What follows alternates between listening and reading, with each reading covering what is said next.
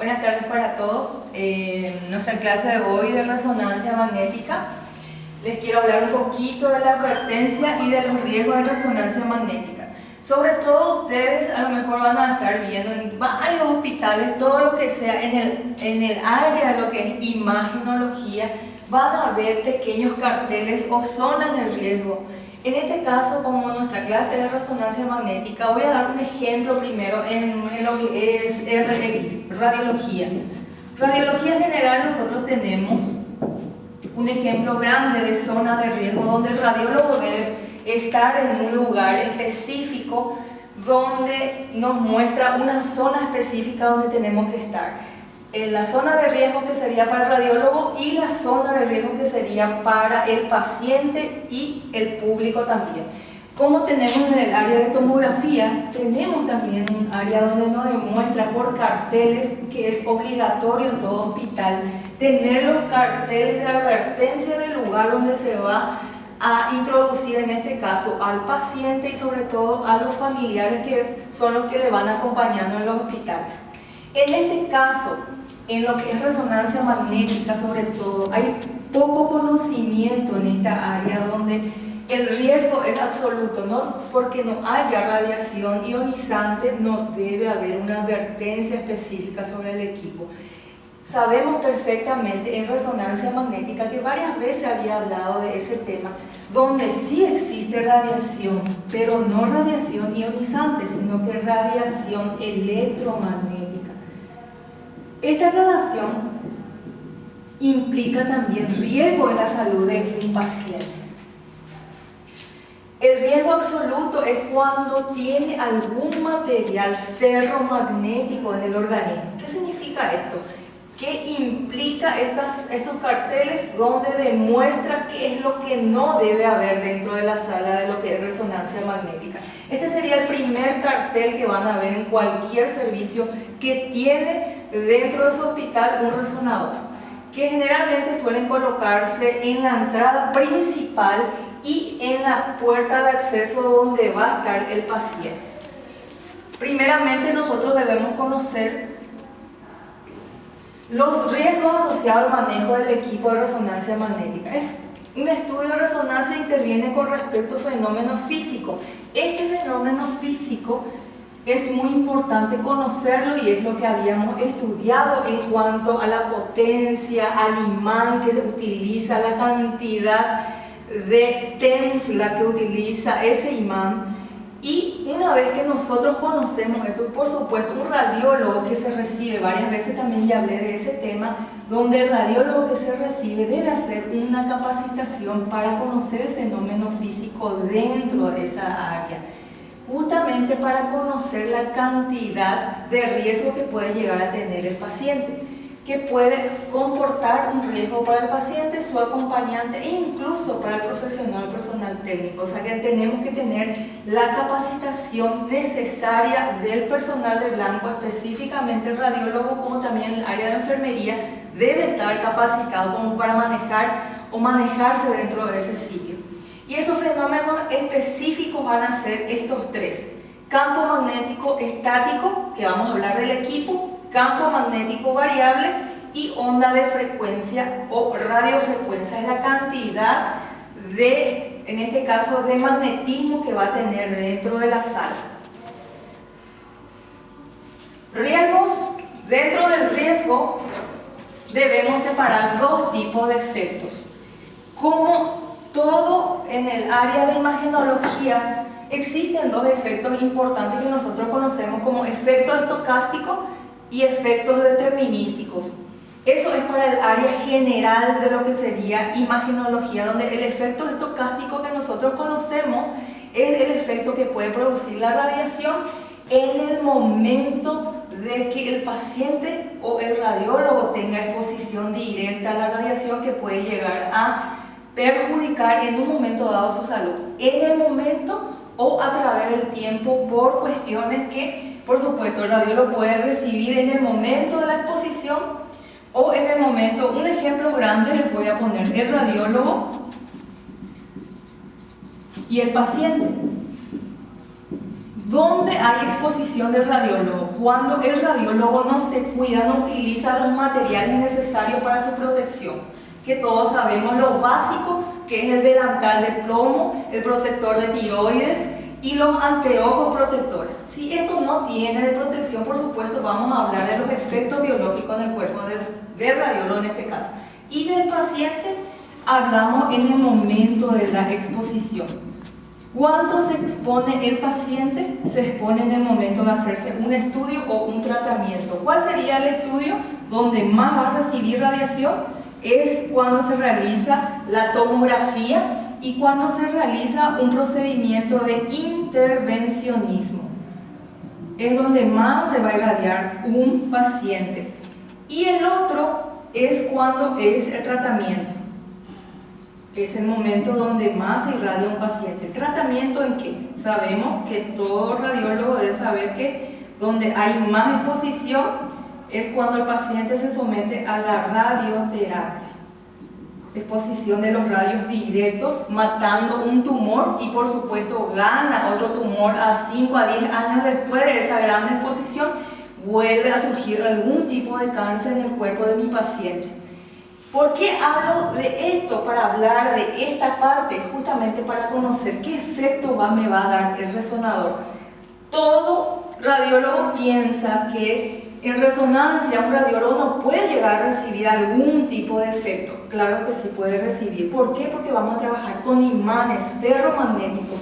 Efecto biológico directo, estos son los dos efectos que puede llegar a producir en su cuerpo. El directo e indirecto. Directos son los producidos directamente por la exposición a cualquiera de los tres fenómenos físicos que hablamos anteriormente, que hablamos del equipo en el momento.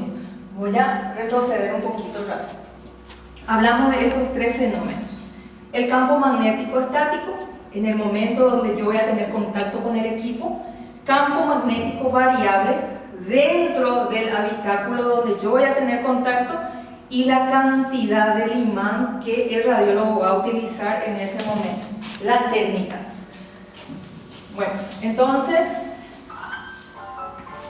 vamos a mirar el otro efecto, efecto indirecto, que puede producirse en organismos como consecuencia del efecto del campo magnético sobre objetos, sustancias paramagnéticas que se encuentran en el interior del paciente, y posteriormente estos objetos al moverse aumentan su temperatura y provocan el efecto biológico. Indirectamente esto entra no solamente para el paciente sino que con el radiólogo, en el caso que tenga implantes, en el caso que tenga por ejemplo pequeños piercing dentro del cuerpo, y también hablamos de los tatuajes. Estos serían los efectos biológicos que pueden llegar a producir. ¿Qué puede llegar a producir? Eso es lo que dice cuando habla de objetos o sustancias paramagnéticas que se encuentran en el interior del paciente, y posteriormente estos objetos al moverse aumentan su temperatura. ¿Qué riesgo va a tener el paciente al someterse a esta resonancia magnética? Es muy importante que el radiólogo, en el momento que venga un paciente a solicitar el estudio, el paciente conozca detalladamente el riesgo que puede llegar a pasarle en ese momento al paciente. Entonces yo tengo que conocer esto para poder dar información. Daños derivados de los campos magnéticos estáticos. Ahí empezamos, donde vamos a hablar de cada uno de los tres fenómenos físicos que pueden llegar. Si se respetan los límites de seguridad establecidos actualmente, de 2 a 3 Tesla. ¿Qué significa eso? La cantidad de imán que tiene en este caso el resonador. En nuestro país sabemos que hasta 3 Tesla es el equipo, el único equipo que hay en nuestro país. En la mayoría de los centros asistenciales y privados tenemos de 1.5 Tesla, la cantidad de imán que puede llegar a trabajar el equipo dentro del sistema. Los efectos biológicos directos producidos por un campo magnético estático no se presentan. No obstante, si se presenta puede ser los siguientes. Cuanto más cantidad de imán tiene el equipo, mayor efecto biológico produce en el cuerpo. Como dice acá, dice no obstante, por eso les puse lo en negrita, si se presenta puede ser lo siguiente: cambio en el potencial eléctrico durante la contracción cardíaca que se traduce en ligeros cambios en el electrocardiograma del paciente. Una vez que el paciente se realice un estudio con resonancia magnética, debe ser revisado el paciente antes y después del estudio cuando es un paciente cardíaco, para poder evaluar en este caso si hay o hubo un cambio a ese equipo que estuvo dentro del paciente. Aumento en la permeabilidad de la membrana nuclear. Esto habla, por ejemplo, de los tejidos. Eso estamos hablando, por ejemplo, de los tatuajes. ¿Qué puede llegar a producir a un paciente que tiene tatuaje y se va a someter a una resonancia magnética? Produce una temperatura alrededor de la zona donde está el tatuaje. Puede llegar que después del estudio el paciente sienta una pequeña temperatura donde está el tatuaje o simplemente sienta ardor en esa zona. Eso es importante, que el paciente en este caso avise al tecnólogo o al licenciado que está en el sitio para poder ver la posibilidad de auxiliarle o indicarle, por ejemplo, compresas frías en la zona luego del estudio. Por supuesto, eso nosotros tenemos que tener todo en la sala preparado. Disminución de la corriente eléctrica nerviosa, donde hablamos en este caso de la temperatura corporal y hablamos también de la presión arterial del paciente. Si en algún síntoma neurológico puede llegar a ocurrir que mi paciente pueda llegar a tener vértigo, náuseas, cefalea y sabor metálico de la boca, que es muy raro en los estudios que hacemos resonancia magnética. Riesgo derivado de la activación de los gradientes de campo.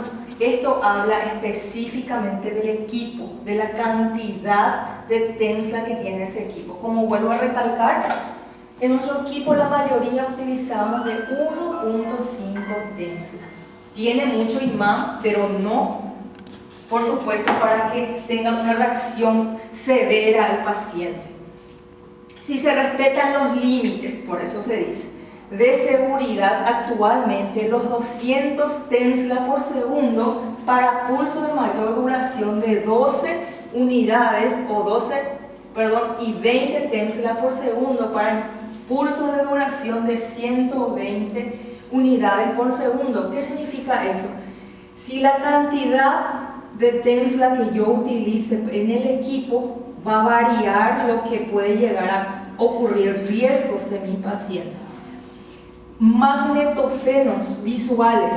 Estos son los destellos luminosos que afectan la retina y son reversibles. Eso puede ocurrir, por ejemplo, en el ojo cuando directamente tenemos la antena del resonador. En el caso que yo le haga, por ejemplo, cráneo a mi paciente, una imagen de resonancia de cráneo o de las órbitas, donde generalmente siempre le preguntamos al paciente si no le brilla demasiado el ojo después del estudio, si no le molesta, si no le sale, comenzamos a observarle, por ejemplo, si sale lágrimas. Entonces todo eso nosotros controlamos durante este proceso. Fibrilación cardíaca, favorecimiento y aceleración de la consolidación ósea.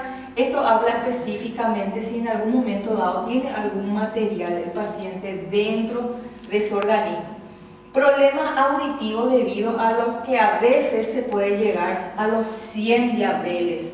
¿Qué significa eso? Que el paciente haya quedado con pequeños zumbidos luego del estudio. Sabemos que en resonancia magnética lo que suele ocurrir es el ruido inmenso que produce el resonador hace que el paciente le cause pequeños zumbidos en el oído. Por eso es importante que se le ponga audífonos al paciente durante el procedimiento. Riesgo asociado a la emisión de pulso de radiofrecuencia.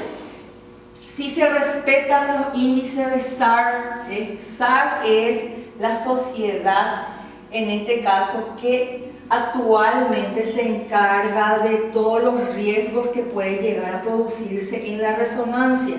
Son establecidos que entre 0,4 y 2 Wh/kg por pulso de radiofrecuencia aceptando los siguientes límites. No debe sobrepasar este límite. Al sobrepasar puede llegar a ocurrir los riesgos que estuvimos hablando